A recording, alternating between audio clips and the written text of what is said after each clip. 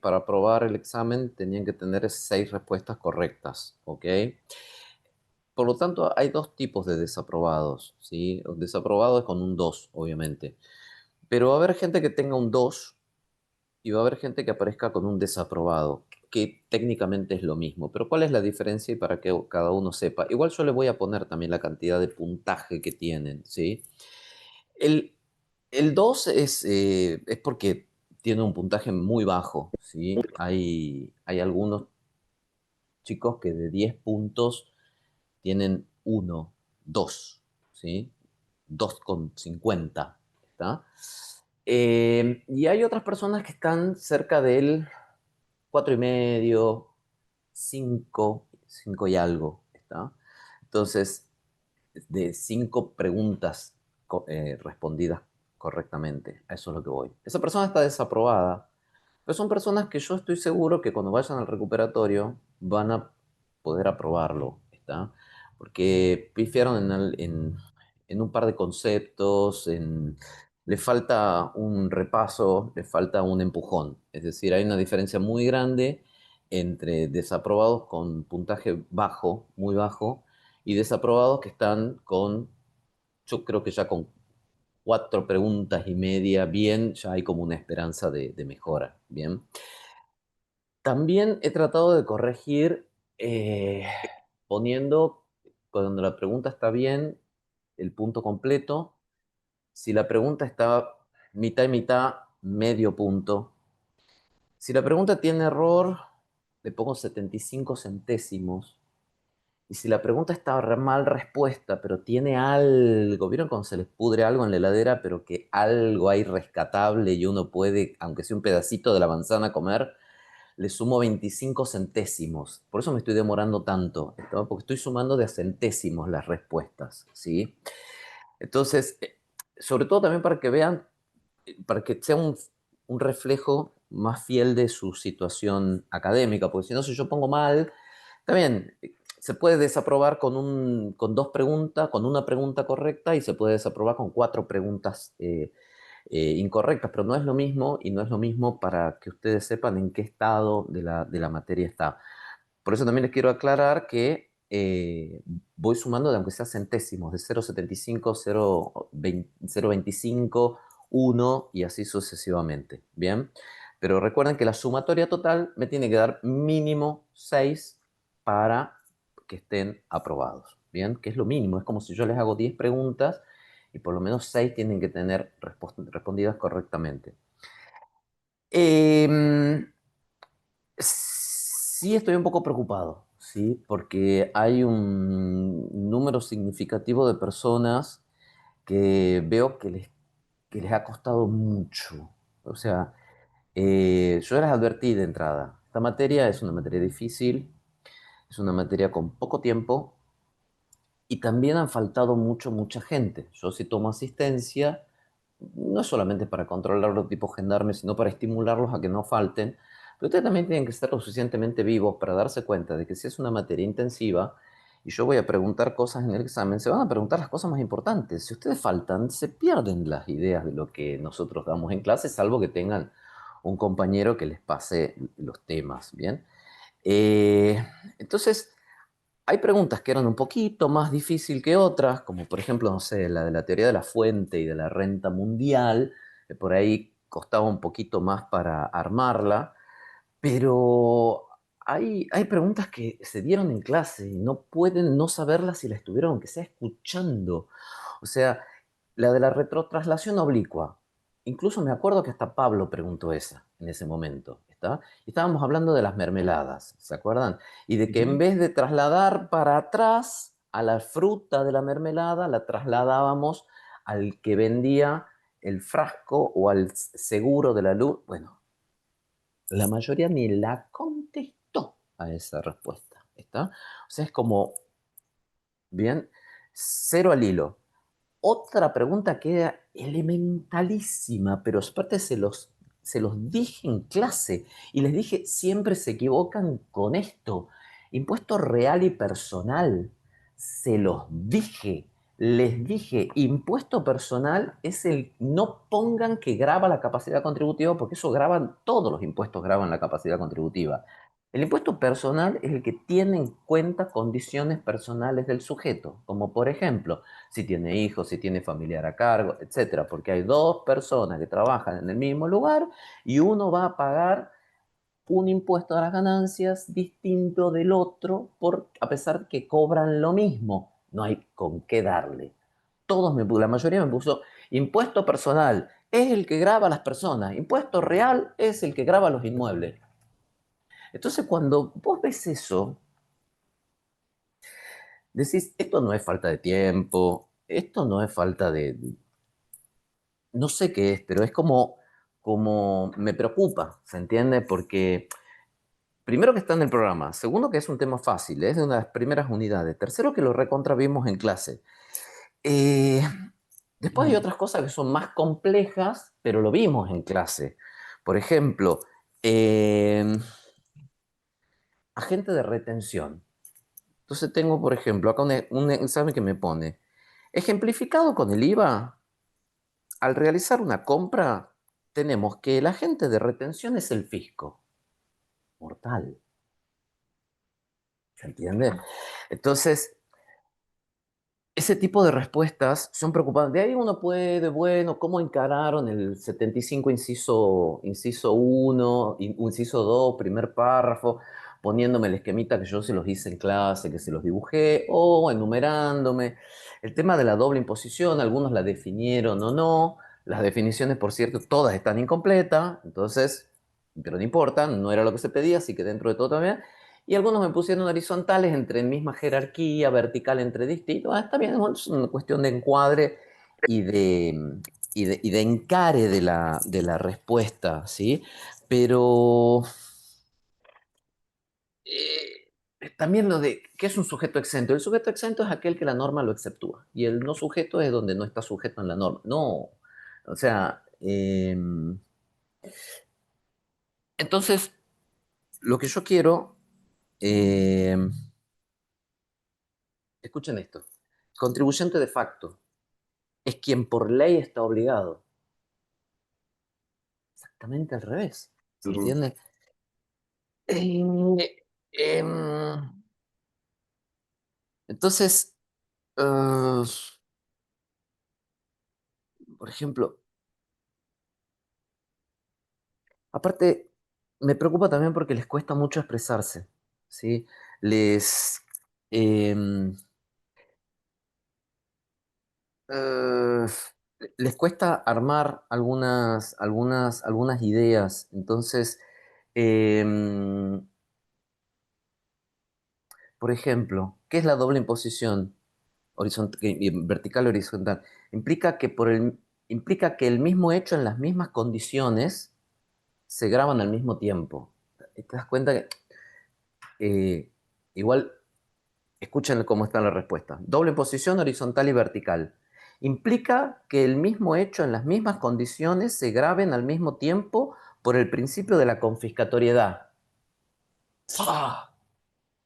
O sea, ¿se entiende? O sea, se me cayó la biblioteca encima, ¿se entiende? Entonces, ese tipo de errores es grave porque ¿cómo entró la confiscatoriedad ahí? Bien, y eso es lo que me preocupa, lo que me preocupa del impuesto proporcional y progresivo. El impuesto proporcional y progresivo es el tributo que debe ser liquidado mes a mes, pro, progresivamente, procesivamente. En la tasa es la no sé qué de un servicio. Es un montón, ¿entiendes? Es un montón. Entonces,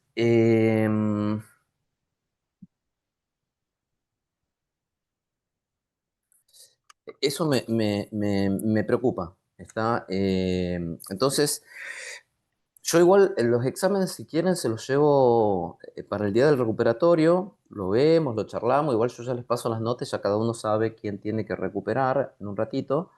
el jueves yo se lo llevo, lo conversamos, lo hablamos, pero bueno, cada uno tiene que saber si qué le pasó, si tuvo tiempo de estudiar, si tuvo tiempo de conseguir el material, si tuvo tiempo de ver las clases, si tuvo tiempo de estar y participar y seguirlo. Y como les digo, hay gente que por ahí no llegó por el mínimo, pero sé que ajustando algunas cosas, o por ahí si es el escrito que les cuesta una cosa o la otra, lo van a poder aprobar en el recuperatorio. Y hay otras personas que bueno, se tienen que realmente poner a pensar si, si realmente están en condiciones, ¿sí? O sea, ya están, tienen que seguir cursándola y aprobarla y todo lo demás, pero me parece un tanto difícil que la puedan aprobar en el recuperatorio, porque el recuperatorio es más o menos igual es lo mismo que, en vez de preguntarles acá, no sé qué es una exención y no sujeción, se los voy a preguntar verbalmente. Entonces, eh, no cambia de si es escrito u oral. Lo que pasa es que ahí yo en el oral puedo seguir preguntando y estar totalmente seguro de si la persona sabe, y le hago otra pregunta más porque por ahí no entendió o se confundió o lo que sea, o por ahí yo estoy ya totalmente seguro de que la persona no sabe. Pero también quiero que entiendan y quiero que se queden tranquilos que los exámenes han sido leídos íntegramente, pero sí realmente estoy un poco preocupado porque hay respuestas que me desconciertan. Hay respuestas como que ni siquiera escucharon las clases. ¿Tá? Y eso también se lo tienen que replantear ustedes, sobre todo si creen que las personas que están desaprobadas, así con un puntaje muy bajo, si creían que están en condiciones de aprobar. Si uno dice, bueno, no tuve tiempo, me presento y que Dios provea y que salga, está bien. No es lo ideal, pero sé que suele pasar, entonces está todo bien. Si uno sabe que no, y bueno, no fue, no, no. Pero les quiero mostrar una cosa, les quiero mostrar un examen que yo tomaba hace un par de años en la facultad, eh, que son más o menos las mismas preguntas, ¿sí? Eh, para que ustedes vean lo que se tomaba hace un par de años en la facultad, por ejemplo. Fíjense. Yo tomaba multiple choice porque eran comisiones de 80 personas, ¿sí? Las que tenía. Entonces, ¿por qué no puedo compartir esto? Y el multiple choice era algo así como esto. ¿Lo ven acá? Fíjense, la pregunta C, por ejemplo. Mírenla a ver si encuentran la respuesta. Conforme el punto de vista económico, los impuestos son directos cuando la alícuota se mantiene directamente invariable, aun cuando se modifique la base imponible. Hay una relación directa con la actividad del sujeto gravado. Por su configuración técnica no son trasladables. La alícuota varía cuando se modifica la base imponible. Por su configuración técnica son trasladables. Ninguna de las anteriores. A ver si encuentran la correcta. Para mí Yo, no sé. para mí, La La dos, 5, ¿no? la dos, la 1. la La dos. 1, la La dos. 5, la La dos. 2, La B. ¿la cuál? La dos porque en teoría los impuestos indirectos se debe a su traslación. Y ahí sería la, Dos. La dos. Hay una relación directa con la actividad. la 3. Por su No configuración son técnica no son trasladables. son directos, me equivoqué, sí, no era la 5, era la 3, me equivoqué. Sí, Son directos, no sí. son Sí. trasladables. ¿Bien? Otra, por ejemplo. A ver. A ver,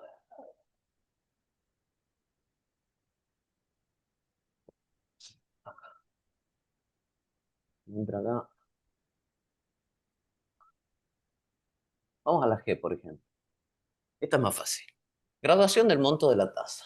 Debe calcularse en relación al costo únicamente, ay, no se ve, cuando se trata de servicios uti singuli. Si se trata de servicios uti universi, al no poder calcularse el costo individual, se hace una estimación solo global del servicio, tal como se ve en el fallo Compañía Química. Hasta ahora de lo que voy corrigiendo, solamente uno Sí, lo eso mencionó. sí. Mm. Dos, debe calcularse en base al costo de su prestación, pero no necesariamente ser exactamente equivalente a este. Tres, debe calcularse atendiendo principalmente a la capacidad contributiva del sujeto pasivo. Ninguna de las anteriores. ¿Cuál creen que es la correcta? La 1. ¿Alguien más? Para mí la uno también, profe, porque es en relación al caso únicamente. Yo en el parcial, con ese término uti singuli, después razonando me di cuenta que hablaba de los colectivos, pero bueno, ya tarde, ¿no? Bien, Yo no ¿alguien lo pude más? hacer. ¿Alguien más? Uno, profe, uno. La 2. Esto está mal. Si se trata de Vas mal. servicios UTI Universi, Claro, porque había no dicho se... de lo de la razonable, de que Sí, se podía alejar razonablemente del precio, pudiendo ser un poco más caro, un poquito más barata. claro, pero la 1 no puede ir porque dice, si se trata de servicios UTI Universi, no puede ser financiado mediante tasas. Entonces, ¿de qué estamos Se hablando? financia mediante impuestos, claro. La 1 no puede ser porque la 1 te habla de financiación por tasas de los servicios UTI Universi. Que son por Entonces, impuestos. claro, entonces por ahí lo tienen que deducir que no es así. Mm. Les muestro uno más.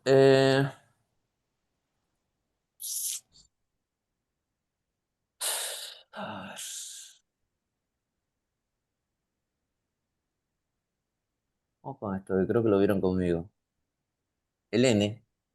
Las multas constituyen recursos estatales de tipo originario tributario, como son las multas de la 11683 de procedimiento fiscal.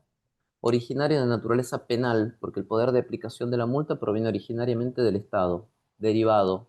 Ninguna de las anteriores.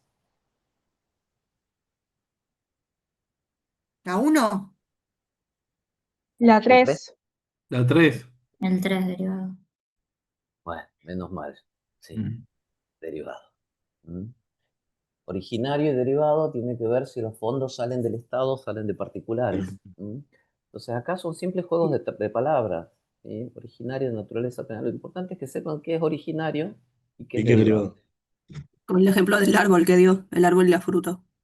Exactamente. Entonces, si uno tiene claro el concepto, qué es originario, qué es derivado, qué es tasa, cómo es el costo, todo lo demás uno puede sacarlo rápidamente al error. Bueno, este examen yo ya no lo puedo tomar hoy en día. Porque si mando este examen de multiple choice, no lo puedo tomar. Entonces tengo que tomar exámenes de conceptos en donde yo eh, eh, trato de rescatar algunas nociones. ¿Tá? Este examen, en cambio, es el que yo tomaba hace un par de años en otras comisiones. ¿Bien? Y son sutilezas porque vos tenés que tener muy claro el concepto para diferenciarlo entre una cosa y lo otro y no confundirte de palabras y lo que sea. Hoy ya no lo puedo tomar y eso también me preocupa, ¿está? Porque uno tiene como que adaptarse, por ponerle una palabra linda, ¿m? Pero es más que adaptarse a los nuevos tiempos. Entonces, nada, simplemente eso. En un rato yo les paso las notas. El jueves les llevo. El jueves que nos vemos, creo que sí, ¿no? No, mañana jueves tienen con el doctor Magaña, que van a ver la unidad 14.2 y 6. La van a ver porque se trasladó el tema del corte de agua y eso, que con el doctor Magaña lo tenían ayer y pasa para mañana. Y a mí me ven el viernes en el recuperatorio, ¿bien? Como no voy a ver a todos, si alguien quiere ver su examen y no recupera, también puede ir el viernes. Yo voy a llevar todos los exámenes. Si no recuperan, pero lo quieren ver igual, se los muestro, ¿sí? Y al resto, el que está aprobado, lo veo directamente el lunes para el segundo parcial, ¿bien? Entonces, son esos comentarios, porque como no nos vamos a ver presencialmente, necesitaba hacérselos ahora. Pero bueno, después lo trabajamos con el examen en la mano, pero también quiero que sepan cómo es la metodología de corrección, lo hice con mucho detalle y mucho cuidado, aunque me preocupa un poco eh, el no manejo, porque hay preguntas que eran más difíciles, obviamente, no todas las preguntas del examen eran iguales, hay preguntas que son un poco más fáciles y otras preguntas que son más difíciles, y es entendible que algunas no se sepan porque es lo que hace que un examen llegue a una nota superior o una nota inferior, pero hay otras que son preguntas muy, muy, muy, muy simples, impuesto proporcional y progresivo, chicos, lo vimos, o sea, lo vimos, ¿sí? No me pueden dar como ejemplo de impuesto progresivo el monotributo. Monotributo no tiene alícuota. ¿Se entiende? Es gravísimo. Entonces, eh, a eso es lo que voy. O sea, se carece del concepto mismo del instituto. ¿Sí? Si yo digo que si puedo entender lo que es la noción de progresivo, no puedo decir que un ejemplo de progresivo es el monotributo. Es como decirme, un ejemplo de impuesto progresivo, el impuesto fijo. Es grave, ¿se entiende? Entonces no estoy pidiendo la jurisprudencia que dijo esto y que me desarrolle los antecedentes de hecho y el dictamen del procurador general en el fallo tal, que antes sí se pedía eso, ¿tá? O sea, antes vos dabas una lista de fallos y en el examen era desarrolla el fallo tal, antecedentes de hecho, sentencia, ¿qué dijo la Cámara y cómo lo resolvió la Corte? ¿Está? Hoy es inviable pedir eso. Hoy es demencial pedir eso. Pero antes se evaluaba de esa manera. Entonces, también me preocupa porque eh, me preocupa también la calidad educativa en el futuro. ¿Está? Y eso, independientemente de dónde estudien, pueden ir a la universidad más fácil o a la más difícil, la calidad educativa la da cada uno. Y también tiene, yo entiendo, todo el mundo trabaja y está ocupado y muchos se quedaron sin dormir y bueno, es así la vida. Pero el estudio lleva tiempo y la excelencia académica lleva tiempo y ahora es el único momento en donde pueden estudiar cuestiones teóricas, ¿sí? Cuando uno ya después se egresa, que todo el mundo quiere recibirse y trabajar, no hay tiempo para leer esto. Hay tiempo para llevar papeles, traer, subir, copiar, pegar, mandar, laburar. Y para eso está la facultad, ¿se entiende? Entonces, nada, esta reflexión. ¿Estamos de acuerdo? No sé si tienen alguna consultita, alguna duda, algún comentario. ¿Mm? Bueno, Profesor, a sí. mí, perdón, disculpe, no me quedó claro lo de la nota. O sea, sí no es la sumatoria que de A6, sino que cada parcial debe ser promocionado con 6. No sé si entendí mal. No, no, no. Para aprobar se necesitan 6 respuestas correctas. Bien. La persona que tiene 6 respuestas correctas tiene la nota de 4, que es el piso Ok, mínimo. eso era lo que ¿Ok? no entendía. De ahí Perfecto. en adelante, por ejemplo, si quieren, después les paso el cuadrito. Por ejemplo, si tienen, si tienen 6 respuestas correctas, tienen 4. Si tienen 6 respuestas y media, tienen 5. Si tienen 7 respuestas correctas, tienen 6. Si tienen 7 respuestas y medias correctas, tienen 7. He tratado de que los primeros bloques hacerlos como que suban más fácil, ¿está? Si tienen 8 respuestas correctas, tienen 8, 9 respuestas correctas tienen 9 y 10 respuestas correctas tienen 10. Entonces los primeros bloques, los de 6 y 7 pueden llegar a una nota, los de 6 puntos, 7 puntos, 7 puntos y medio, pueden llegar a una nota más rápido, más arriba, ¿tá? Para ver si les da el promedio. Después sí, tenemos el promedio de la cursada y todo lo demás. Pero una cosa es tener 6 puntos para tener 4 de nota. 6 puntos, 6 puntos aprobados para tener 4 de nota. ¿Cómo se llega a esos 6 puntos? Ya sea con 6 respuestas correctas o con puchitos. 75 centésimos de acá, 25 centésimos, 1, 0,75, así voy sumando los puchitos hasta que les dé la cantidad de puntos para ver si llegan al 6. Por eso les digo, hay gente que tiene 5 puntos, ¿sí? Esos 5 puntos, ese examen está desaprobado porque no llega al piso mínimo.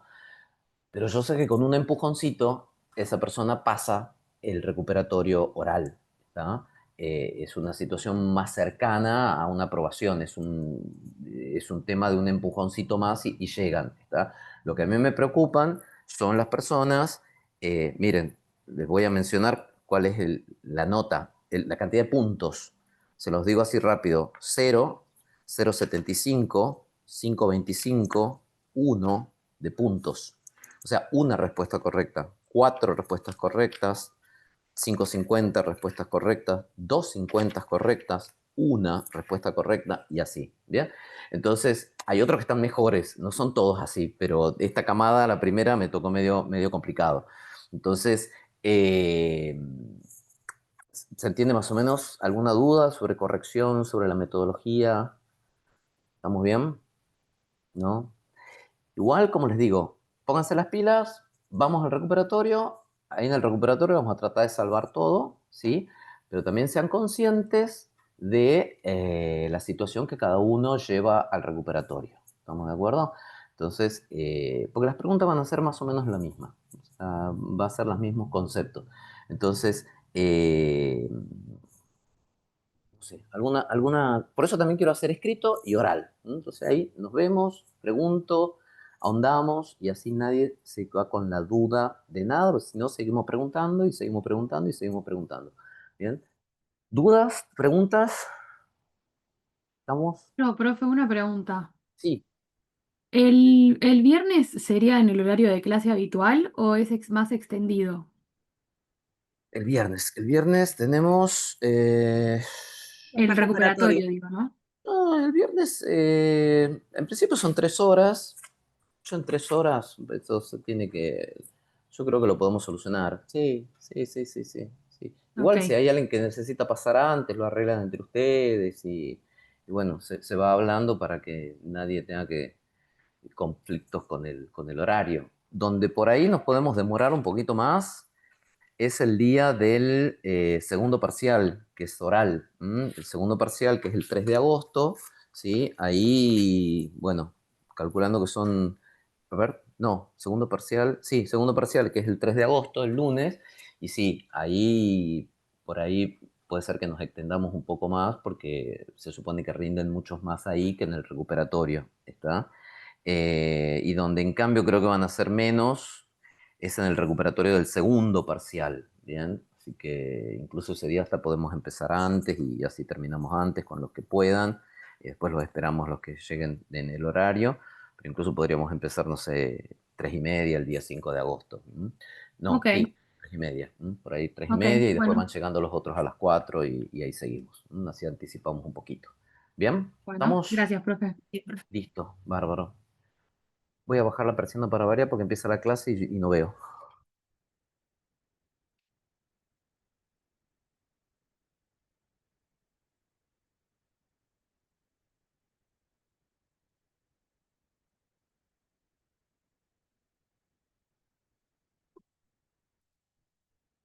Bueno, si no tienen ninguna otra duda, consulta, estamos más o menos bien. Bueno, vamos a seguir con la parte de infracciones, ¿sí? Em, con respecto a la parte de infracciones, esto está en la unidad 13, ¿sí? Em, el tema es el siguiente. Nosotros tenemos esa unidad, ustedes vieron ya con el doctor Mariano Ezeiza, vieron la parte delictual, la parte de los delitos, lo que va desde el punto 6 en adelante.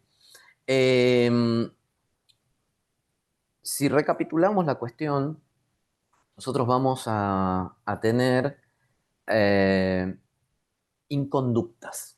O sea, la unidad habla de lo que son las inobservancias, las inconductas del contribuyente.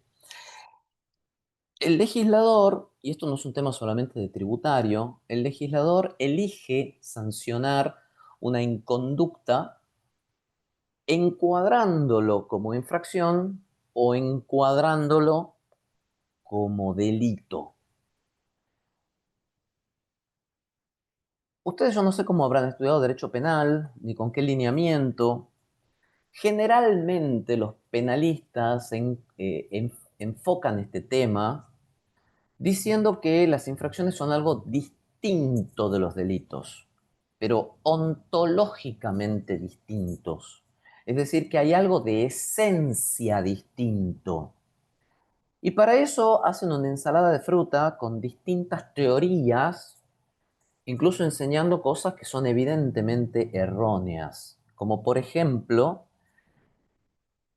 intentan distinguir delitos de infracciones diciendo que los delitos son dolosos y las infracciones culposas. Y eso evidentemente no es así.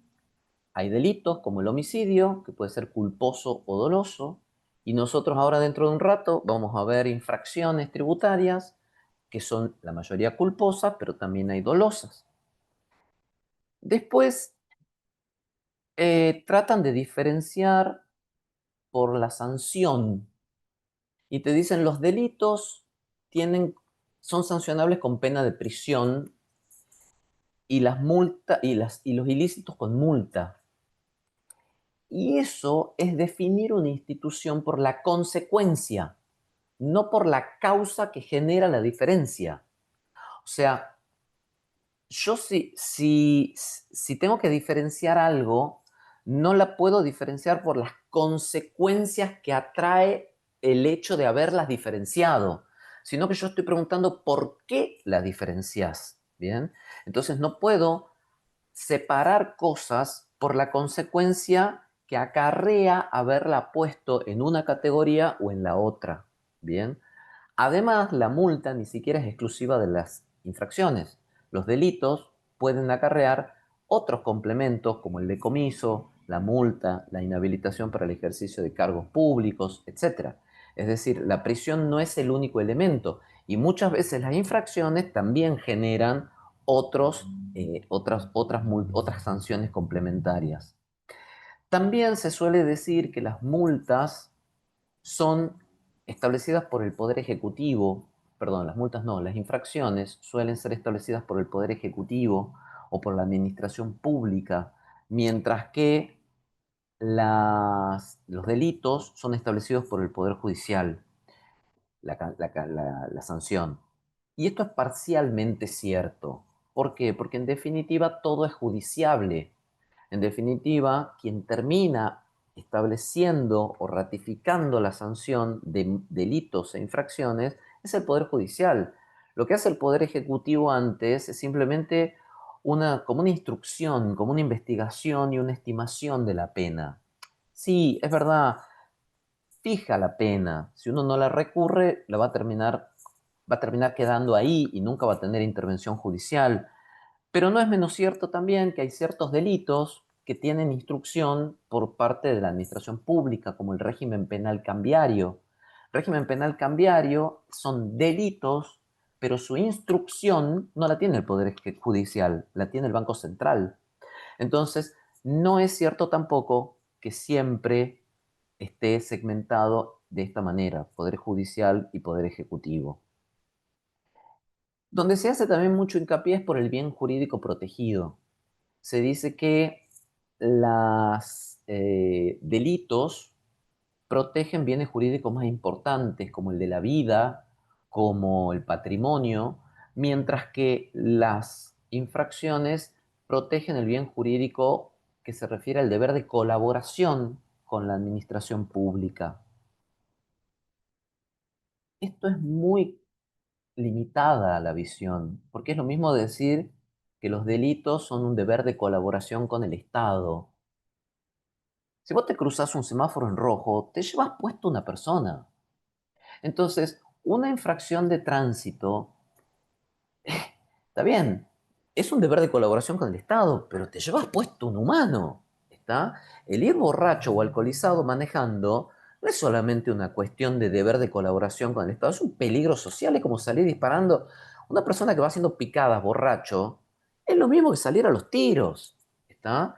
Entonces es muy limitado decir, no, es simplemente un deber de colaboración con el Estado, no salir borracho o que te castiguen porque manejas borracho, ¿bien? Es una visión muy simple y al mismo tiempo encuadrar todas las infracciones en el mismo bien jurídico protegido. Cuando además, y ahí vamos a la parte tributaria, las infracciones y los delitos tributarios tienen el mismo bien jurídico protegido que es el erario público. ¿Tá? Entonces, cuando vos tenés una infracción tributaria, el bien jurídico protegido es el erario público. Y cuando vos tenés un delito, es también el mismo bien jurídico. Y esto pasa también en derecho aduanero. En derecho aduanero existe el contrabando mayor y el contrabando menor. El contrabando mayor es delito, el menor es infracción. ¿Cuál es la diferencia? Que vos entras de contrabando un objeto de poco valor, te castigan como contrabando menor y es una infracción con multa. Si vos superás determinado valor, pasa a ser delito. En ambos casos es el mismo bien jurídico protegido, porque es la misma conducta y lo único que cambia es el monto. Entonces, en definitiva, tanto las infracciones como los delitos ambas tienen la misma naturaleza jurídica. Son ilícitos penales. Pero ¿cuál es el problema? La Corte lo ha repetido muchas veces de que las infracciones son ilícitos penales, no administrativos. Esa es la diferencia, ¿bien? Que si nosotros decimos que es una multa es un ilícito penal. Y al decir ilícito penal, lo estamos, le estamos extendiendo las garantías penales a las infracciones. ¿Cuáles son las garantías penales? Presunción de inocencia, non bis in idem, no hay sanción sin ley previa, ley penal más benigna, todo lo que ustedes han visto en materia de derecho penal. ¿Está? La Corte lo ha ratificado en muchas sentencias. Tienen, por ejemplo, ahí la jurisprudencia, que tal vez se las habrá mencionado el doctor Ezeiza, por ejemplo, el 75, 76, Mickey, Moño Azul, Enrique Lapidus, ¿sí? Son todos fallos en los cuales la Corte ha dicho que las infracciones tributarias tienen naturaleza penal y lo sigue diciendo hasta el día de hoy. ¿Cuál es el problema de eso? Que está hermoso que la Corte lo reconozca, pero en la realidad el trámite que se le da a una infracción es totalmente distinto a lo que se le tendría que dar si realmente se reconociese que es un ilícito penal. Les doy un ejemplo. Los ilícitos penales tienen como principal causal de extinción la muerte del imputado. ¿Se entiende? Porque es penal. Entonces la responsabilidad es penal. Bien. Si se muere el imputado, el causante del delito, va a subsistir de última la acción civil. ¿Sí? La acción civil lo podrán seguir para ver si deja algo de herencia y eventualmente cobrarse de la herencia. Pero la acción penal desaparece. No se puede meter a preso a los familiares. Bien. En la parte de multas, la multa es la pena. Pero en algunas, no en nivel nacional, por favor, no lo digan a esto a nivel nacional, pero sí en algunos códigos provinciales, se heredan las multas, se heredan las multas. ¿Está? Entonces, eso rompe el principio de personalidad de la pena. Si se murió el infractor tributario, no se puede heredar la multa, porque la multa es la pena y la pena se extingue con la muerte del causante. De ahí ustedes utilizarán la teoría, ¿se acuerdan que el delito es reparador, educativo, represivo, lo que quieran? O no tiene fundamento y por eso son abolicionistas, lo que ustedes quieran. Pero se extingue con la muerte del causante. Sin embargo, en la práctica, no. Digamos, hay mucha legislación que lo contradice, que le da otro trámite. Ejemplo, multa de tránsito. Si vos tenés multa de tránsito, en muchas jurisdicciones no te permite renovar el carnet de manejo. ¿Por qué? Si yo la tengo discutida la multa de tránsito. Ah, hasta que no pague la multa no puede renovar el carnet de manejo. ¿Por qué? Si yo, al estar discutiendo, tengo la presunción de inocencia. Bien, se va a cortar, nos volvemos a conectar, chiquis.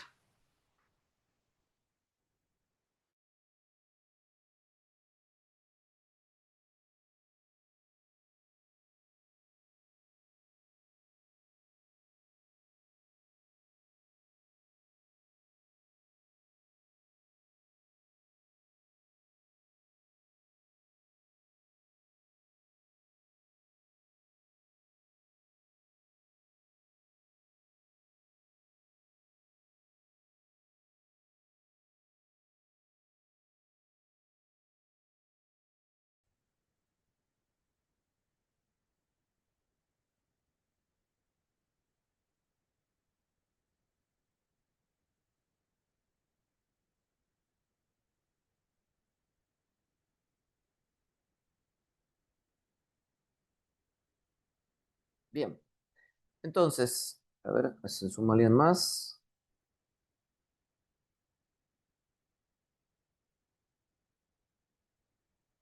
Buenísimo. Entonces, ¿qué hay que hacer en ese caso? Un amparo, ¿bien? Invocar esto. Ha pasado en la ciudad de Buenos Aires incluso, ¿bien? El hecho de tener multas de tránsito y tenerlas discutidas y que no le permitan renovar el carnet de manejo. Cuando no podés condicionar el ejercicio de un derecho al pago de una sanción que está discutida porque se te viola el principio de presunción de inocencia. Vos sos inocente hasta que se demuestre lo contrario.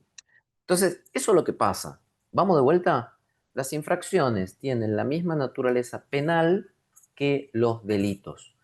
Lo ha reconocido la doctrina, lo ha reconocido la Corte, pero ¿cuál es el problema? Que en la práctica muchas legislaciones de todo tipo siguen aplicando a las infracciones ciertas reglas que no serían propias de ilícitos penales. Es decir, ciertas reglas que hacen que los principios penales, constitucionales, los de debido proceso, derecho a presentar prueba y debate completo y todo lo demás, entre otros, como lo vimos, el non bis in idem, la presunción de inocencia, etcétera, etcétera, esos principios muchas veces, personalidad de la pena, como el tema del que por fallecimiento, esos principios no se mantengan en la legislación. Por eso todavía subsiste mucha visión de que infracciones serían sanciones administrativas.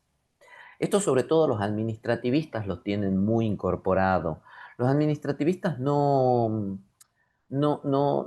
siguen mucho esta postura. Los tributaristas sí, para los tributaristas, para nosotros, las sanciones tributarias sí tienen naturaleza penal. Pero si ustedes le preguntan a un administrativista, eh, los administrativistas se resisten a considerar que una multa de la Secretaría de Comercio, por ejemplo, o que una multa por el el derecho del consumidor, por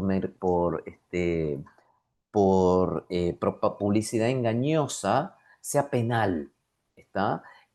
Lo siguen llevando para lo que es la sanción civil o lo siguen llevando para lo que ellos llaman derecho administrativo sancionatorio. ¿Por qué? Porque en administrativo tiene algunos ribetes que son medio border, como por ejemplo todo lo que es lo disciplinario en el régimen del empleo público. Entonces, ahí, les pongo un ejemplo. Les pongo un ejemplo. Uno de los principios fundamentales del derecho penal es la tipicidad del hecho ilícito, ¿sí? Por eso cuando ustedes estudian penal se tienen que estudiar en memoria el verbo evadir, matar, defraudar, tener, etcétera, etcétera. Sin verbo, como igual que en tributario, sin verbo no hay ilícito. ¿Estamos de acuerdo? ¿Bien? ¿Cómo hacemos en derecho administrativo cuando dice la sanción se le aplicará al empleado por faltas reiteradas? ¿Reiteradas qué? ¿Cuántas veces? ¿De qué? Inconductas reiteradas, por reiteradas tardanzas. ¿Cuáles son las tardanzas reiteradas? ¿Dos, tres, cinco? ¿Bien?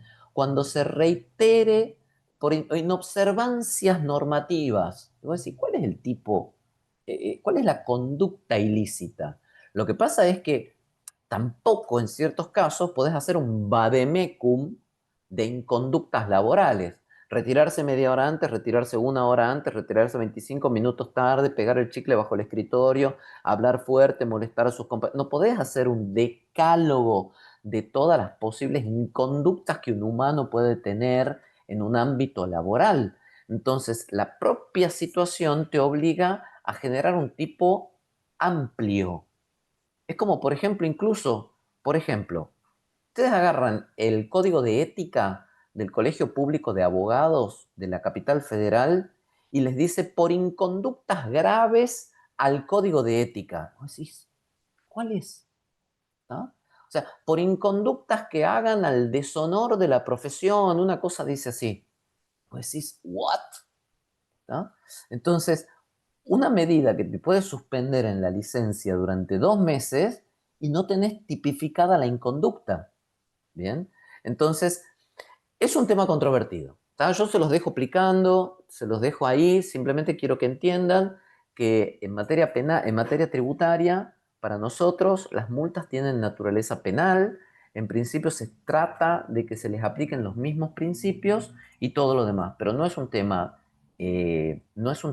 pacífico, es un tema complicado, es un tema que abarca múltiples materias de la carrera, abarca penal, abarca administrativo, abarca civil, abarca laboral, abarca tributario, ¿está? Entonces es un tema complejo, ¿sí? A nosotros, ¿qué es lo que nos interesa? Solamente una cosa, las multas tienen la misma naturaleza de ilícito penal que los delitos y que simplemente el legislador ha elegido categorizarla como infracción o categorizarla como delitos. ¿Estamos de acuerdo? Bien, pero van a encontrar un sinnúmero de opiniones distintas sobre este tema. Segundo, ¿dónde están las infracciones? Nosotros estamos estudiando el régimen nacional, ¿sí?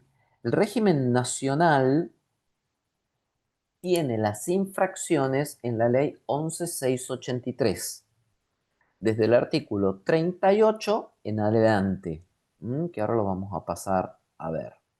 Mientras que los delitos están en recuerden que no hay ley penal tributaria, sino régimen penal tributario, que es la 27.430 con todas las últimas modificaciones de los mínimos y todo lo demás, lo que deben haber visto con Mariano. Artículo 279 de la 27.430.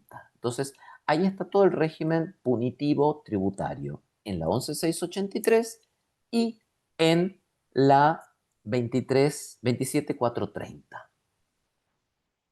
Ahora, ¿dónde está el régimen punitivo a nivel local? Vamos a trabajar solamente a nivel provincial. A nivel provincial y de la ciudad de Buenos Aires, las infracciones, ¿dónde están? Las infracciones tributarias. ¿Dónde las voy a ir a buscar? En el código fiscal de la provincia o de la ciudad autónoma. Bien, entonces ahí voy a encontrar las infracciones tributarias locales. En la nación, en la 11.683. En la provincia y en la cava, en el código fiscal de la provincia o de la cava. Y en caso de evasión de impuestos provinciales, voy a la misma ley de evasión de impuestos nacionales. Porque eso lo tienen que haber visto con Mariano, que el artículo 1 del régimen penal tributario castiga la evasión tanto de delitos nacionales, provinciales y de la cava. ¿Tá? Entonces, la evasión tributaria del régimen penal tributario se aplica tanto para la evasión de impuestos de tributos nacionales como tributos provinciales y tributos de la cava, en la medida en que supera determinado monto, ¿ok? Que después al final lo vamos a repasar. ¿Se entiende lo que estoy diciendo? Entonces, infracciones nacionales en la 11.683, infracciones locales en los códigos fiscales locales, delito de evasión tanto nacional como provincial y de la cava, va a la 27.430. ¿Estamos de acuerdo con eso? Bien. Vamos a lo nuestro. Lo nuestro es infracciones nacionales. Las infracciones nacionales están clasificadas en dos grupos. Por un lado, tenemos lo que se llaman infracciones formales. Y por otro lado, lo que son las infracciones materiales. Vamos a definir las materiales, que es más fácil, y por oposición salen lo que son las formales. Las materiales implican un incumplimiento de la obligación de pago. ¿Bien? Es decir, todo lo que sea obligación de pago es una obligación material. Pago implica obligación material. Por ende, si yo no pago, después vamos a ver si no paga el contribuyente, el responsable, no, después no importa. No pagar me va a hacer caer en podría hacerlo caer a la persona en en un incumplimiento que genera la sanción de infracción material. Todo lo que no sea pago, todas las otras obligaciones de dar, pero que no sean dinero, sino de dar información, de dar documentación, de hacer. ¿Qué sería hacer? Exhibir, por ejemplo, el QR en un lugar visible en la vidriera. Vieron que los negocios tienen un QR grande, uno lo puede escanear y le sale todo el detalle de la condición tributaria del local donde uno está entrando, del dentista, de donde sea. Bien, la no colocación en lugar visible de ese QR genera un incumplimiento de tipo formal. No presentación de declaración jurada, todo lo que no tenga que ver con pagos, ya sea obligaciones de hacer, no hacer o dar, siempre y cuando no sea dar dinero. ¿Estamos de acuerdo? Bien, esa es la gran clasificación entre formales y materiales. Más fácil definirla las materiales y así se entiende por oposición las formales. Vamos a tratar de simplificar este tema. ¿Por qué? Porque si bien la ley 11.683 tiene distintos artículos con estas infracciones, a lo largo del tiempo se han ido complejizando esas figuras, se han ido agregando nuevos párrafos, nuevos casos, modificando los montos según sea el tipo de sujeto. Y es realmente muy difícil de entender. Entonces, vamos a tratar de quedarnos con la idea principal de qué es cada artículo. ¿Estamos de acuerdo? Porque después la lectura de la ley es mortal, ¿sí? Entonces, vamos a ir con la primera infracción formal. Vamos a empezar con las formales, por eso les decía primero las formales, lo que pasa es que para definirlas es más complicado. La primera infracción formal la tenemos en el artículo 38. El artículo 38, ¿sí?, habla de la no presentación de declaración jurada, ¿sí? La no presentación de declaración jurada conlleva una multa que allí está prevista, ¿sí? Eh, ¿Por qué les digo que esto se fue complejizando? Porque después hay otros párrafos, por ejemplo, a ver, ¿cómo explicarles? La ley 11.683 es una ley muy compleja de leer.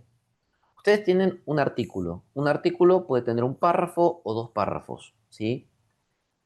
Hay artículos a los cuales se le han agregado más párrafos, pero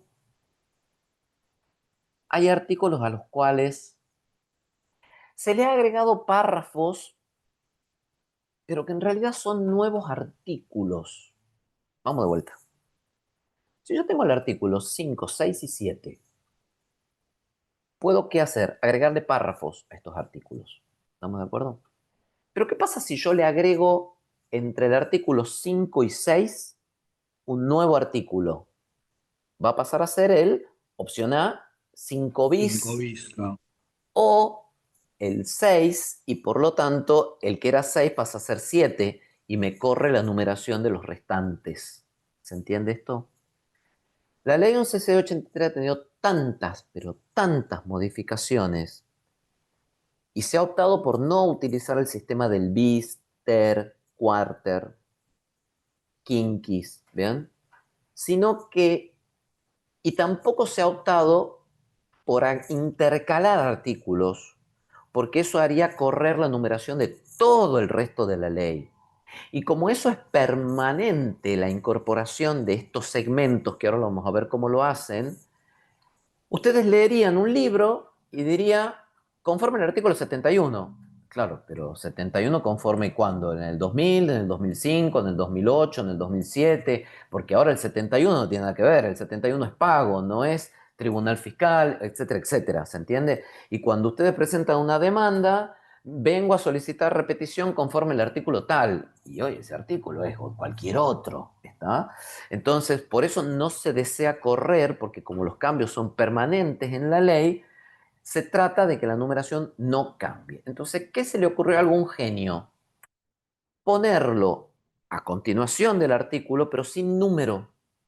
Entonces, si ustedes agarran Infoleg y van a ver, por ejemplo, el 38, se los voy a compartir porque si no estoy Sí, hablando en profe, la vacío. primera vez que mencionaron la ley lo vi y me quería morir. Dije, qué engorroso. Y no le quería preguntar a qué se debía para no Bueno, distraerlo, pero la verdad que es muy engorroso como está hecho. Muy confuso, claro, porque si lo querés citar, ¿cómo carajo lo citas?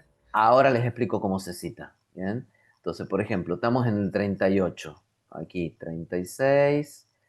37 y 38. Tienen 38, primer párrafo, segundo párrafo, y acá tienen esto. Entonces, ¿cómo se cita esto? Artículo añadido a continuación del artículo 38. El problema es que puede haber otro añadido abajo. A ver si hay acá. A ver, sigamos bajando, sigamos bajando, sigamos bajando.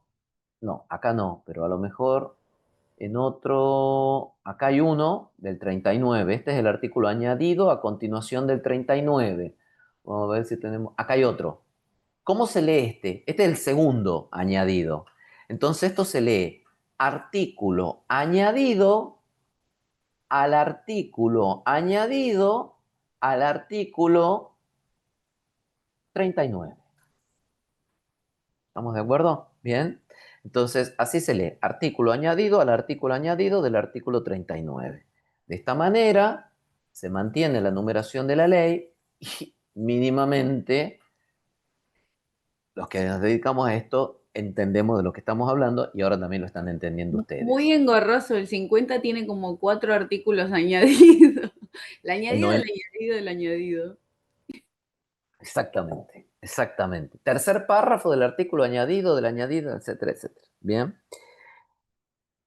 Entonces, ¿qué es lo que pasa? Si bien ya estamos viendo el artículo 38, y yo el artículo 38 les digo que es la infracción de no presentación de declaración jurada, eso es solamente el primer párrafo, porque no los quiero torturar, porque si no, ya vimos cómo salió el parcial, van a morir, ¿está? Entonces, me contento con que tengan la idea de que es el 38. El artículo 38 es no presentación de declaración jurada en término. ¿Estamos de acuerdo?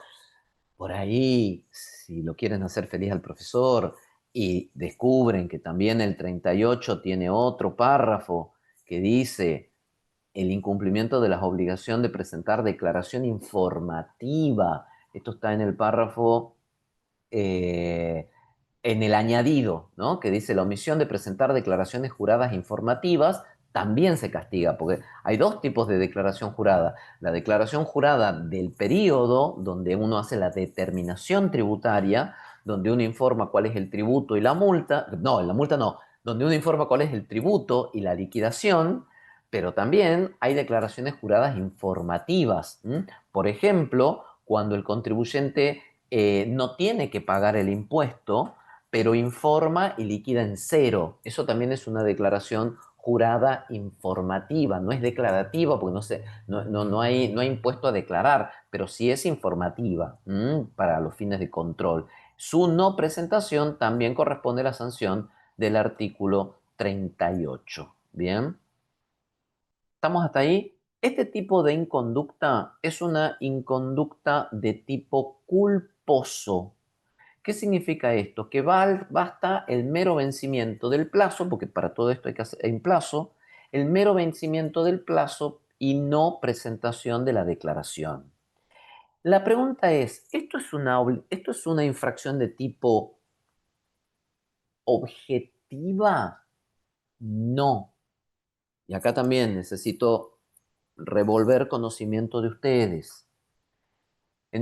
Para nosotros el derecho penal exige que, o sea, en el derecho penal dice que nadie puede ser castigado si no hay una conducta atribuible a un sujeto desde el punto de vista material y subjetivo. Material, ¿qué significa? Conducta, y subjetivo, ¿qué significa? Dolo o culpa. El único sujeto que se responsabiliza sin culpa, ¿quién es? ¿Qué rama del derecho es? Derecho administrativo. El Estado tiene responsabilidad objetiva. De ahí la ley de responsabilidad del Estado. Ustedes tienen que demostrar simplemente falta de servicio. Tienen que demostrar el error en la prestación del servicio y no tienen que demostrar culpa en el agente del público que prestó el servicio. ¿Se entiende esto? Entonces, el único que tiene responsabilidad objetiva es el Estado, ¿sí? De ahí las personas físicas, jurídicas y todo lo demás necesitan acreditación de culpabilidad, es decir, dolo o culpa. Pero, ¿qué es lo que pasa con las infracciones formales y con muchas infracciones tributarias? Que la culpa se presume de la propia conducta. Si vos tenías el vencimiento ayer y no presentaste la declaración, el fisco no tiene que demostrar tu obrar negligente. ¿Y qué es dolo, profe? No, la sanción es por no presentar la declaración, pero no tiene que probar tu negligencia porque surge evidente de la propia no presentación en término. Es decir, que no hayas presentado en término la declaración es una prueba contundente de tu negligencia. Entonces, el fisco, cuando te haga la infracción, solamente va a tener que probar la parte material, el no presentación de la declaración, y no va a tener que probar lo subjetivo, no porque no sea necesario, sino porque lo subjetivo surge evidente de lo material. Entonces dicen, bueno, entonces casi igual que si fuese objetivo. No, porque si vos demostrás que fuiste diligente, hoy ya no, porque eran todo un sistema electrónico que funciona casi las 24 horas, pero antes vos podías demostrar que fuiste diligente, antes cuando se presentaba en disquete, ¿sí? De 7 y de 5 y un cuarto, ¿bien? Entonces tenías que llegar hasta la oficina y entregarlo en un disquete de 5 y un cuarto, de 3 y medio, entonces una viejada que espero que no lo sepan qué era, porque ahí se les complica. Entonces, y llegaba y justo estaba cerrada la agencia de la FIP porque se había cortado la luz. Entonces, como se había cortado la luz, le habían dado asueto a los empleados y no había quien te reciba. ¿Bien? Pero te dejaron una notita diciendo no le pudimos recibir o fuiste con un escribano o lo que sea. ¿Bien? Entonces, en ese caso, vos podés demostrar, hoy no existe eso, o sea, queda histórico, anecdótico para que se los cuente y puedan entenderlo. Hoy, el hecho de que no le funcione su computadora es problema de ustedes, no problema del fisco. Distinto es el caso de que se haya caído el sistema. Si justo se cayó el sistema todo el día anterior al vencimiento, bueno, ahí podrías probarlo, podrías haber hecho una captura de pantalla 3, 4 veces al día, diciendo a tal hora el sistema estaba caído, a tal hora el sistema estaba caído, a tal hora el sistema estaba caído, y eso me impidió cumplir en tiempo y forma. Entonces, ahí vos demostrás tu falta de negligencia. Vamos de vuelta. El fisco te castiga con una infracción formal por lo material, por la inconducta, y por lo subjetivo, porque deduce de esa inconducta tu negligencia. Sin embargo, vos, en casos excepcionales, cuando corresponda, podrías revertir esa presunción de negligencia mediante la prueba adecuada, lo cual es muy excepcional hoy en día, sobre todo con el uso de la tecnología. Por eso, si bien lo subjetivo queda en un segundo plano, no deja de haber responsabilidad subjetiva del contribuyente, ¿tá? Y por lo tanto, no es responsabilidad objetiva. Responsabilidad objetiva únicamente lo tiene el Estado. ¿Se entiende esto? Bien. Segundo supuesto de infracción formal, la del artículo 39. La del artículo 39 ya no se refiere a la presentación de la declaración jurada ni la infracción ni la no presentación de la declaración informativa, sino al no cumplimiento de los famosos requerimientos. ¿Qué era un requerimiento? Antes de comenzar nosotros con determinación de oficio, yo les hablé de las facultades que tenía el fisco, que también como contracara también se podía ver como obligaciones del contribuyente. Bien, había ciertas obligaciones del fisco, perdón, obligaciones del contribuyente, que a veces se las ponía con el término obligación del contribuyente y otras veces aparecía en la ley como facultades del fisco. Estos serían artículos 33, 34, 35. Por ejemplo, llevar los libros en debida forma, cumplir las intimaciones de presentación de documentación, mantener el soporte magnético en condiciones de operatividad, etcétera, etcétera. Entonces, cuando el fisco detecta que vos no cumpliste con alguna de esas obligaciones, que son también formales, no te va a aplicar el 38, te va a aplicar el 39. ¿Estamos de acuerdo? El 39 se te aplica ante incumplimientos de otras obligaciones formales distintas de la que son presentación de declaración jurada. ¿Estamos de acuerdo? Obviamente que esto es entre muchas otras inconductas que tiene el 39 y que lo estamos simplificando de manera absoluta y totalmente brutal. ¿Estamos de acuerdo? Bien. ¿Alguna duda hasta acá? ¿Estamos más o menos bien? Tercera infracción formal. La tercera infracción formal, Profesor, sí, pregunte. sí, perdón, no entendí muy bien esta última figura Sí, de cuál sería el objeto sancionable con el artículo 39. el artículo 39, a ver si te Sí, aclaro un poco cómo dice el propio artículo. sí, sí, lo tengo acá. Dice, eh, a ver, es muy genérico, dice, serán sancionados las violaciones a la presente ley, leyes tributarias, decretos y otras obligaciones de cumplimiento obligatorio que establezcan o requieran el cumplimiento de deberes formales tendientes a la determinación tributaria, a verificar y fiscalizar el cumplimiento que de ellos hagan los responsables. Traducido al humano, esto significa que si vos recibís una notificación del fisco que te diga tiene 10 días para presentar listado de proveedores y no lo haces, te castigan con el 39. ¿Qué otra obligación? No exhibir el quit, perdón, el QR en lugar visible. ¿Qué otra obligación? Llegan a tu local y te dicen, me muestra el controlador fiscal. Ay, sí, tome. Y ven que la caja la tenés abierta, que el alambrecito está alterado. Entonces, ahí va por el 39. Son todo lo que haga al ejercicio del control del fisco hacia vos. Pedido de información, mantenimiento de documentación, disponibilidad de libros contables, todo eso, si no lo tenés, va por el 39. Y vos me dirás, pero la falta de presentación de la declaración también es algo que hace a la verificación o control. Sí, pero en derecho penal recuerden que hay un principio que se llama la especificidad del tipo. Si vos tenés un tipo que es específico, desplaza el tipo genérico. Entonces, si vos tenés un tipo específico del 38, que es por no presentación de declaración jurada, vas al 38. Todo lo demás queda en el genérico del 39. ¿Se entiende esto? Sí, genial, profesor. Entonces serían los formales que habíamos visto antes, las infracciones Es, formales, exacto, la declaración jurada de un lado, sancionada con el 38 y el resto con el 39. exacto. Lo único que Genial. yo le agregaría es que alguna de esas obligaciones formales, ojo, no van a ir en el 39, sino que van en el que vemos que ahora, que es el 40. Ah, ok. ¿Por qué? Porque el 40 es la sanción de multa y clausura. ¿De qué? ¿Por qué? Por ciertas causales puntuales. Por ejemplo, no emisión de factura o emisión de factura sin el cumplimiento de los recaudos legales.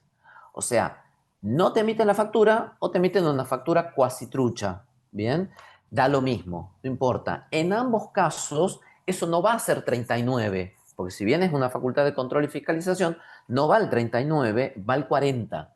Y en el 40 tenés multa y clausura. Bien. ¿Qué otra cosa? Traslado de mercadería sin soporte documental. toda vez que sale el chico del flete, el chico de la moto, el de esto, este otro, la combi, lo que sea, tiene que ir o con factura o con remito. Por eso, no sé si ustedes habrán hecho una mudanza, cuando te hacen la mudanza, te llenan un remito, porque si lo para el fisco, tiene que tener un documento que soporte la mercadería trasladada, a pesar de que ni siquiera sea una venta. Bien. Obviamente que la clausura no va a ser del camión, la clausura es del local comercial. Bien. ¿Qué otra cosa da lugar a clausura?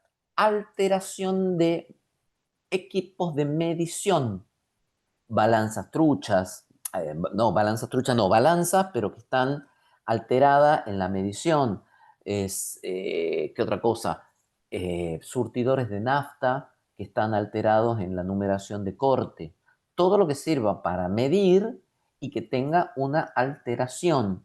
¿Por qué? Porque obviamente eso va a modificar la base imponible y al modificar la base imponible va a generar una liquidación tributaria distinta. ¿Estamos de acuerdo?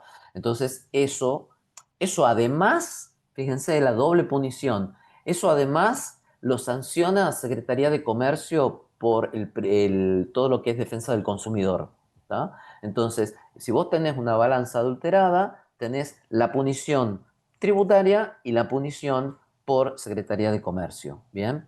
Y después hay otras causales que la tienen en el propio 40, ¿sí? Después léanlo, ¿bien? Ya vemos, por ejemplo, vimos el A, el B es no llevar registraciones o anotaciones de adquisiciones de bienes, el C ya lo vimos, el D es no encontrarse inscripto como contribuyente, el E es no poseer factura, el F es no mantener en condiciones de operatividad los instrumentos, por ejemplo, no guardar los soportes electrónicos, que no te funcione el controlador fiscal, todo eso, háganse un breve esquemita de eso, al menos la idea, son causales de clausura. Bien, la clausura tiene un trámite especial, va al fuero penal, su discusión, y no a contencioso administrativo. ¿Sí? Eso es un dato importante, no mucho más que eso, porque no los voy a complicar a nivel procesal, pero sepan que clausuras no lo resuelve contencioso administrativo federal.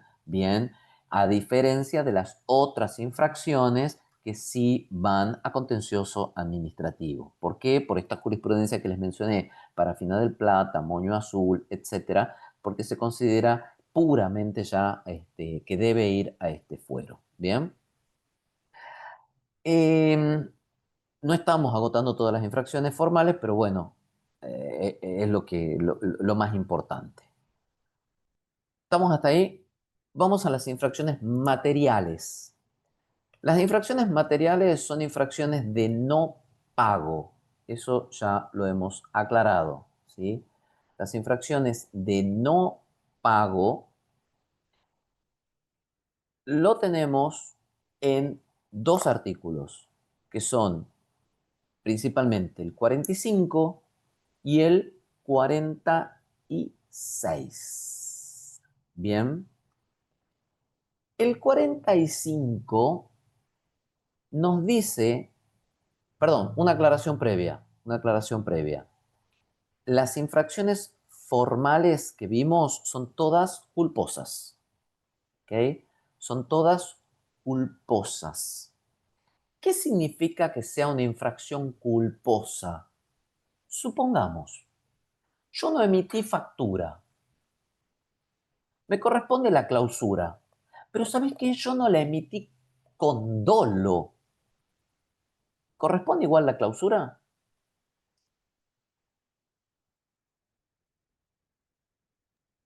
¿Puede repetir, por favor?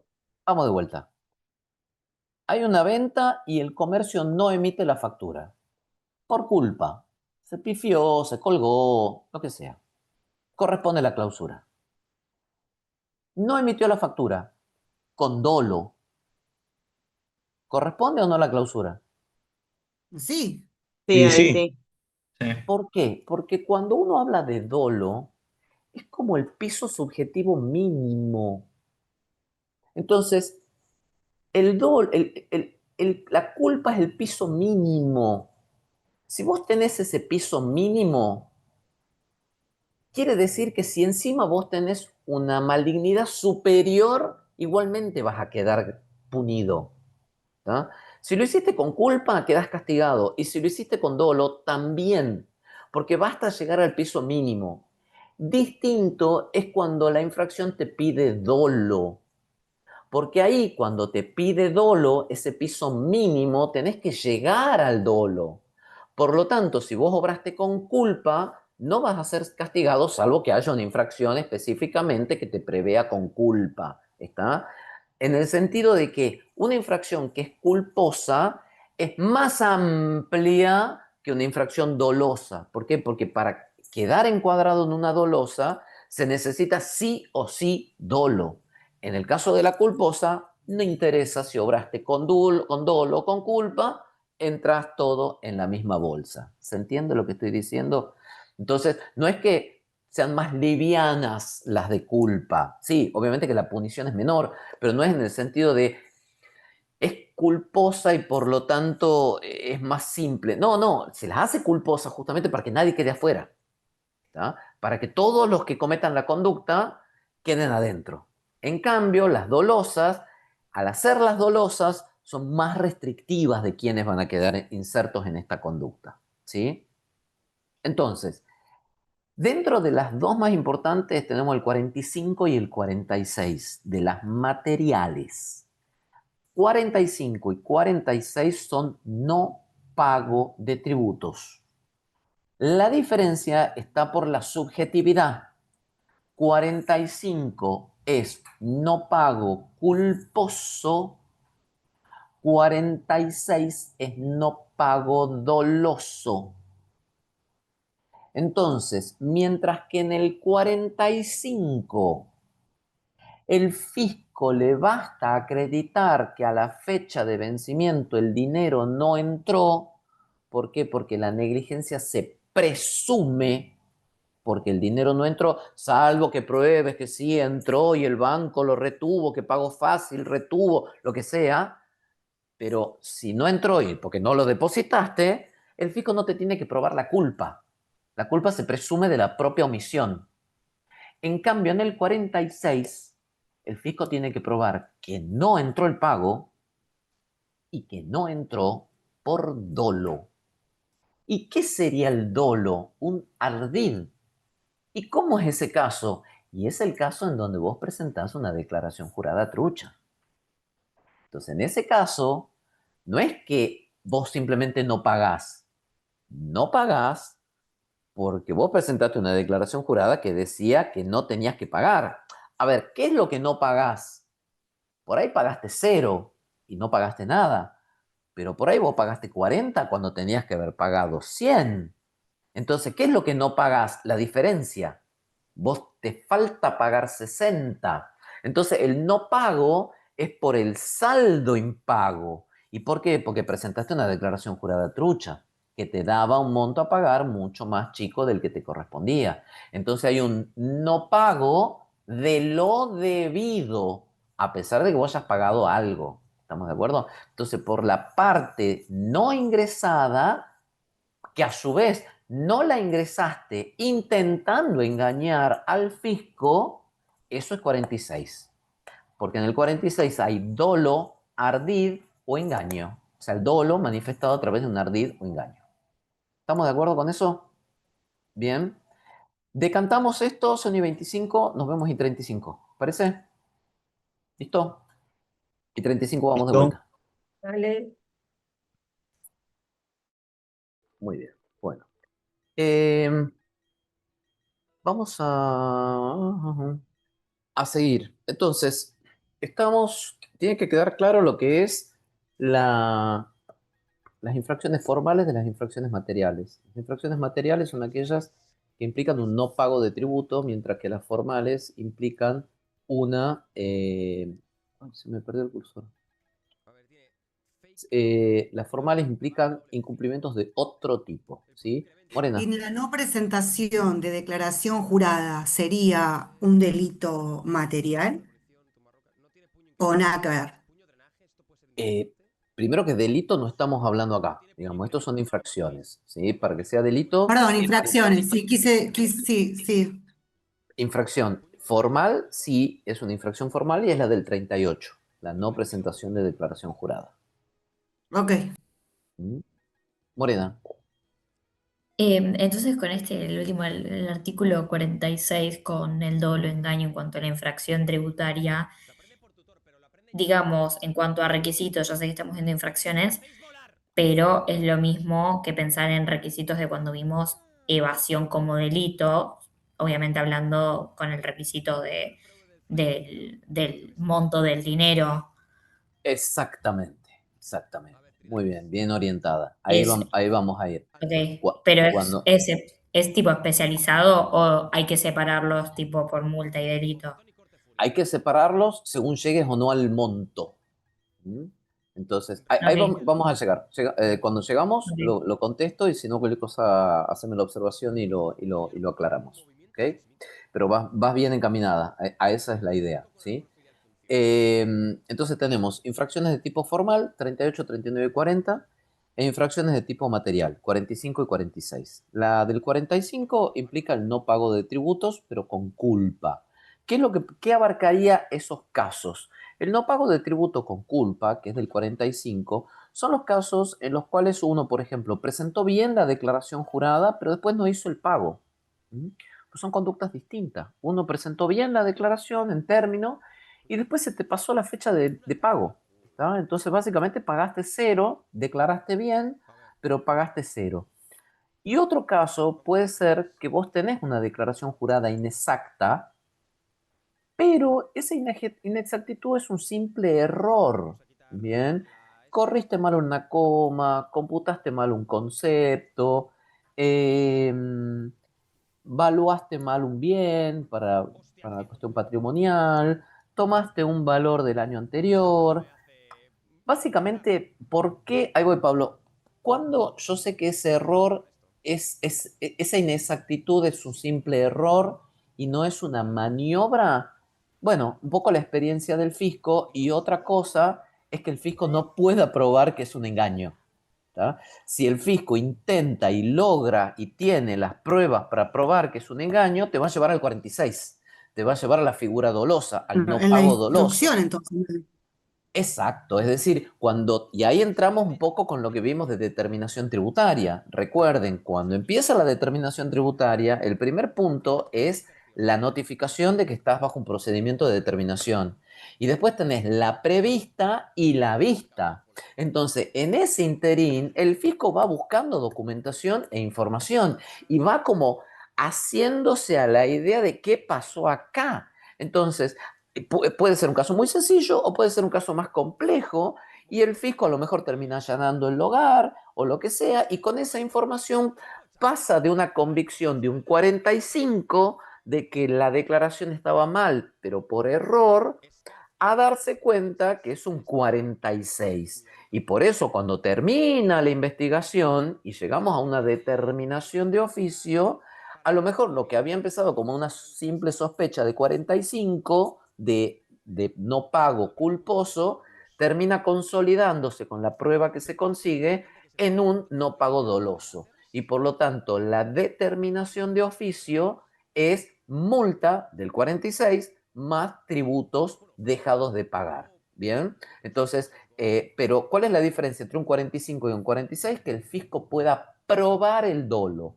Si el fisco está recontra convencido de que hubo dolo, pero no tiene prueba, no le va a quedar otra al fisco más que encuadrarte como culpa. Porque si no tiene prueba del dolo, no te puede imputar un dolo, porque sabe que lo va a perder judicialmente. Entonces, ¿para qué te va a imputar algo que lo va a perder en la apelación? Entonces el fisco, si por más que esté convencido, porque dé la apariencia de un dolo y no tiene la prueba, los instrumentos, bueno, te manda un 45 y chao, y es error. ¿Está? Sí, Pablo. No, ya está, ya lo respondió, gracias. Hay cosas que suelen ser más típicos de un error, la normativa tributaria cambia mucho, los regímenes cambian mucho, entonces, bueno, uno lo puede entender que es un error y qué sé yo. Hay otras cosas que son más dudosas y hay cosas que básicamente se va a definir si es dolo o culpa según la prueba que tenga el fisco. Si tiene prueba y lo puede mantener, te imputará como un dolo y te llevará un 46, y si es un falta de prueba y te meterán un 45 y punto. ¿Bien? Ahora, ¿cómo se determina todo esto? Sobre todo el 45-46 en el procedimiento de determinación, que eso lo hemos visto. ¿Está? ¿Qué es lo que pasa? El 45 tiene, a mí sobre todo me interesa que sepan esto del 45 y 46. Sí estaría bueno que además sepan que el 45 tiene otra inconducta a castigar. ¿Cuál es la inconducta que también trae el 45? Una dijimos no pago con culpa. ¿Estamos bien? Pero además el 45 te castiga en el inciso B por no haber actuado como agente de retención o percepción. ¿Qué significa esto? Que no depositaste los fondos. ¿Pero por qué no depositaste los fondos? Porque no los retuviste a tiempo. Entonces no te quedaste con la plata, ¿se entiende? No tenés plata, porque eso es un taramana, no retuviste o no percibiste y por eso no pagaste. Por eso es una inconducta material. No te castigan no te castigan solo por no haber actuado, porque eso sería más bien formal, sino que te castigan por no depositar, que es lo material, pero no depositaste porque no actuaste.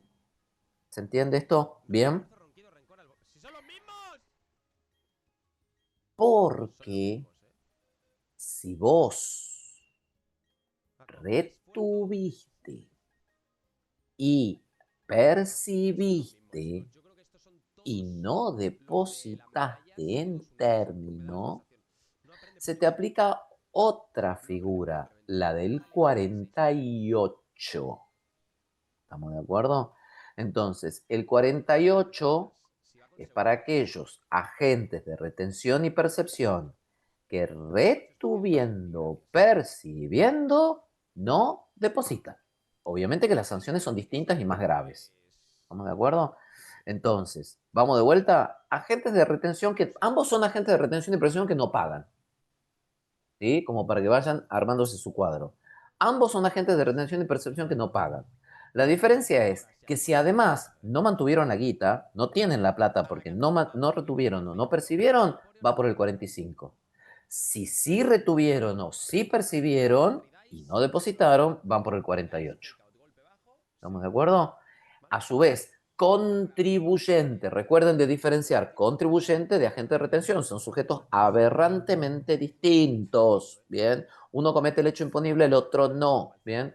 Contribuyente que no paga con culpa 45, con dolo 46. ¿Cómo puede ser el 45? Con presentación de declaración jurada correcta, pero no pago, o con presentación de declaración jurada incorrecta, pero por error y por ende no pago de lo que corresponde. El dolo, en cambio, la del 46, es una figura en la cual el contribuyente presenta una declaración jurada incorrecta, pero con un ardid o engaño probado por el fisco. Bien, después de esto vamos a hacer un pequeño y rápido esquema. Vayan poniendo si quieren los apellidos, así no me olvido. Ahora, ¿cómo se enlaza esto, que es un poco lo que preguntaba Morena, con la penal tributaria? Cuando yo hablo de la penal tributaria estoy hablando del régimen penal. ¿Quiénes van a delito penal? Bueno, la penal tributaria, estamos hablando de la 27430, del artículo 279 de la 27430, que tiene todo un régimen adentro y que lo vieron con Mariano, tiene tres partes. La primera parte son los delitos vinculados a los tributos. La segunda parte, o título 2, son los delitos vinculados al régimen de seguridad social. La tercera parte son otros delitos vinculados. En esta que, más allá de lo que hayan visto con Mariano, yo voy a trabajar solamente con 3 artículos ahora. ¿Bien? El 1, el 2 y otro más que se los agrego. ¿Qué hace que...? Vamos por partes. Una infracción formal jamás puede derivar en una penal tributaria. ¿Estamos de acuerdo? Entonces, la infracción formal se queda en infracción y queda en formal y chao. La infracción material del 45 nunca puede ir a la penal tributaria. ¿Por qué? Porque el 45 es culposo. Y penal tributario es todo doloso, dolo directo. ¿No? Dolo directo. Entonces, en principio, el único artículo que nos hace ruido es el que preguntó Morena. ¿Qué pasa con el 46, que es doloso, que es una infracción dolosa? ¿Se queda en infracción o se transforma en delito? Bueno, se va a quedar o se va a transformar en delito según el monto en cuestión, según el monto evadido. Entonces, si ustedes leen el 46 y el artículo 1 de la penal tributaria, que es evasión simple, el texto es casi igual entre el 46 de la 11683 y el 1 de la penal tributaria. Tiene diferencias. ¿Cuáles son las diferencias? El monto. El monto para que entre en la penal tributaria tiene que exceder 100 millones de pesos. O sea, tiene que ser 100 millones pesos para que entre a penal tributario. Si no llega a 100 millones peso, se mantiene en infracción. Esto se modificó ahora, en enero del 2026, que era un reclamo que se venía haciendo, porque el monto estaba en 1.500.000 pesos, o sea, 2 chocolatines y una Manaos, ¿se entiende? Entonces, por 2,20 pesos pasabas a ser un delincuente reprimido con penal tributario. Esto, obviamente, ¿por qué? Porque siempre estuvo atado al tipo de dólar y todo lo demás y pasaron muchísimos años desde la última actualización. Entonces, hoy fíjense el salto que pegó de 1.500.000 pesos a 100 millones de pesos como tope de corte.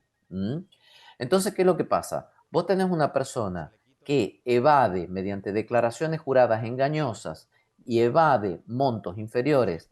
Yo les mando inferiores, porque ustedes ya saben lo que dice la ley. La ley dice excediere 100 millones de pesos, ¿tá? Entonces ya saben que tiene que ser 100 millones, 1.000 pesos. No lo repito más porque si no es como muy cansador, ¿sí? Pero saben que ese es el corte. Entonces, ustedes tienen un evasor doloso que evade 5 millones de pesos, eso siempre va a quedar en infracción. 90 millones de pesos queda en infracción. 130 millones de pesos, ahí el fisco formula la denuncia penal. ¿Tá? Ahí, con ese antecedente de la determinación de oficio, ya el fisco le inicia la denuncia penal porque dice esto ya cumple con los requisitos propios de la penal tributaria.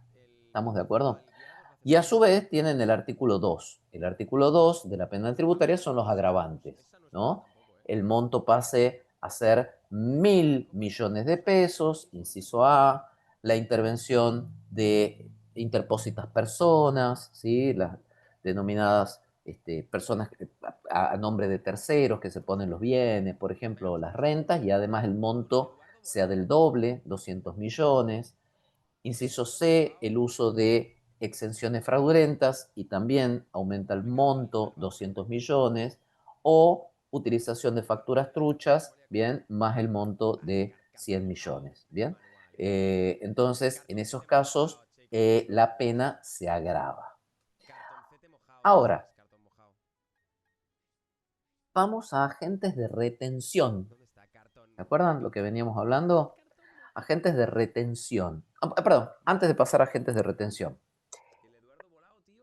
Hay otra diferencia entre el 46 y el 1 de la penal tributaria. El 46 es para no pago doloso de impuestos nacionales. No pago doloso de impuestos nacionales inferiores a 100 millones de pesos. ¿Estamos de acuerdo? En cambio, el 1 de la penal tributaria es para no pago doloso, ardidoso, de impuestos superiores a 100 millones de pesos, pero fíjense, nacionales, provinciales y de la cava. Entonces, todo lo que sea evasión de impuestos nacionales, provinciales o de la cava con dolo y que supere los 100 millones de pesos, va al artículo 1 de la penal tributaria. Por el contrario, si la evasión fue de ingresos brutos por 90 millones de pesos, eso va a quedar como infracción del Código Fiscal de la provincia de Buenos Aires, por ejemplo, o de la provincia de Corrientes, o de la provincia de Chaco. ¿En qué artículo? No tengo ni la más pálida idea. Seguramente en esos ordenamientos habrá algo parecido a un 46. ¿Entiendes? Todos los ordenamientos son más o menos iguales. En todos los ordenamientos vas a tener algo parecido a un 45 y en todos los ordenamientos provinciales vas a tener algo parecido a un 46. Entonces, si estamos hablando de ingresos brutos, vas a ir a ese artículo de esa provincia que según sea el lugar evadido. Bien. Voy cerrando. Agentes de retención y percepción. Ya dijimos, si no pagan porque no retuvieron o no percibieron, 45. ¿Me van siguiendo? Ahora, si retuvieron o percibieron y no depositaron, 48 de la 11683. Estamos en infracción. Ahora, si es un 48, pero además,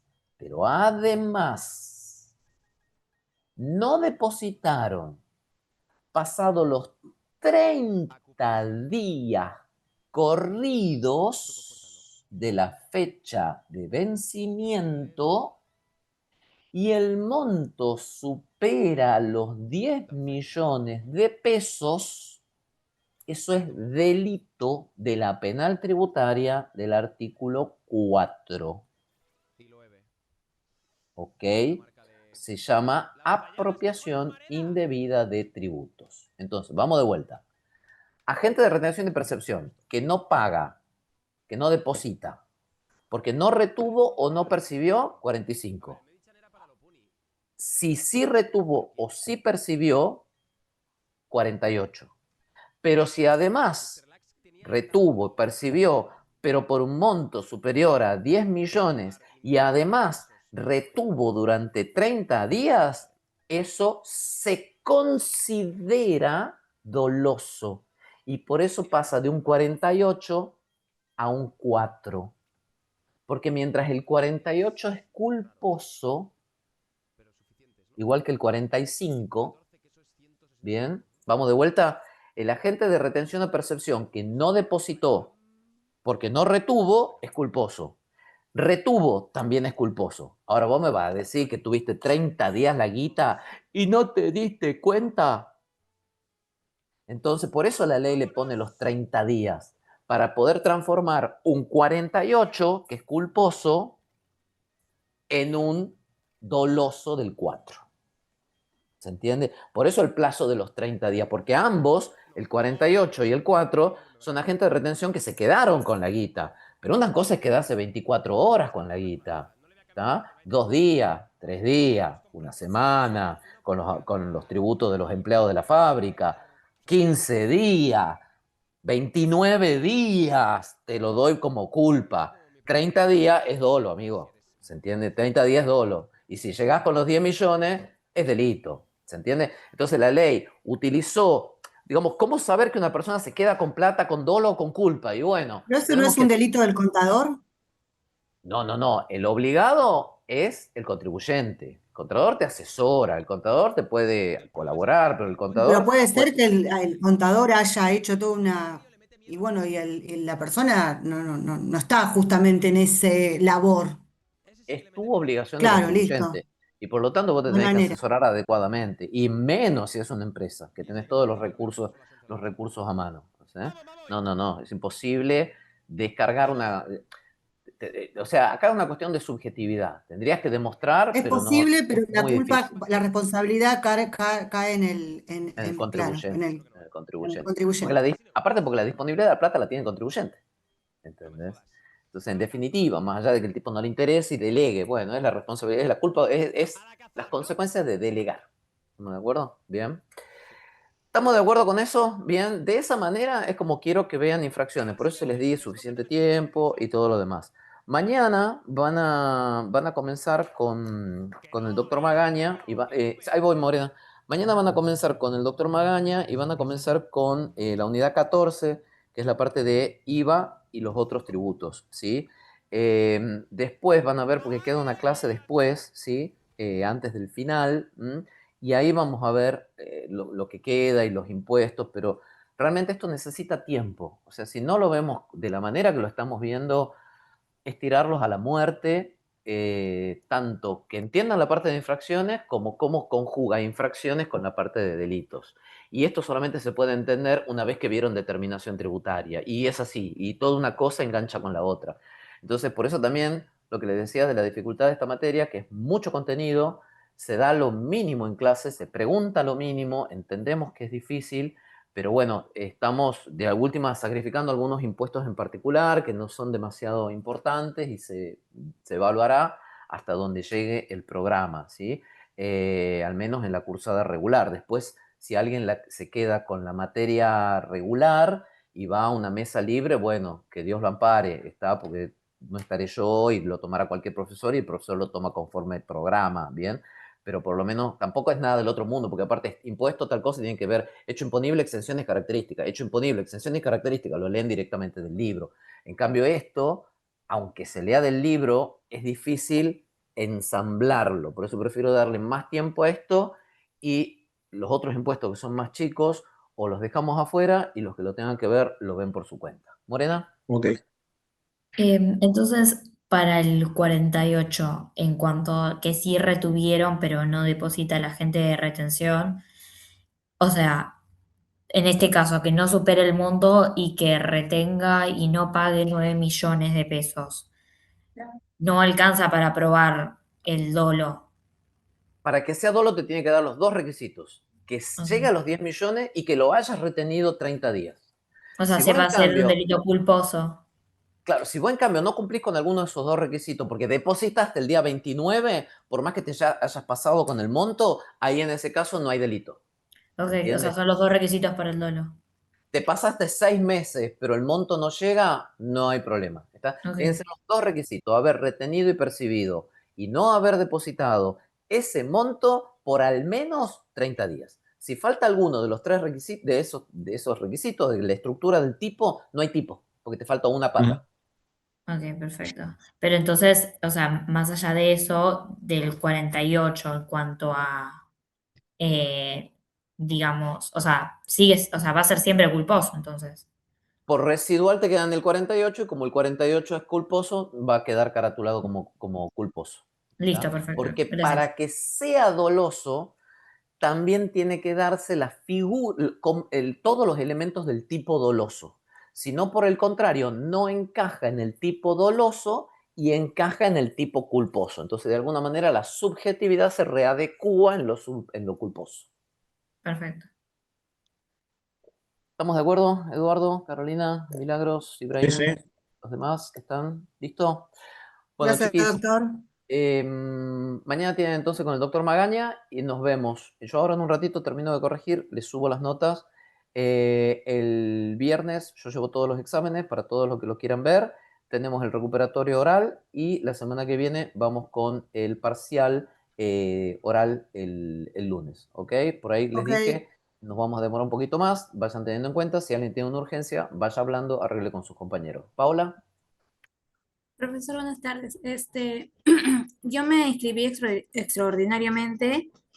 No sé si ya aparezco en la lista, tampoco me llamaron, no sé. ¿Cuál es mi situación? Yo te informo ahora cuando cargue las notas, vuelvo a descargar la lista y ahí te digo si estás o no en la lista y vos sabrás qué hacer, ¿ok? Listo. Gracias, profe. Dale. Imagino. Hasta luego. Besos. Listo, chiquis. Gracias. Gracias.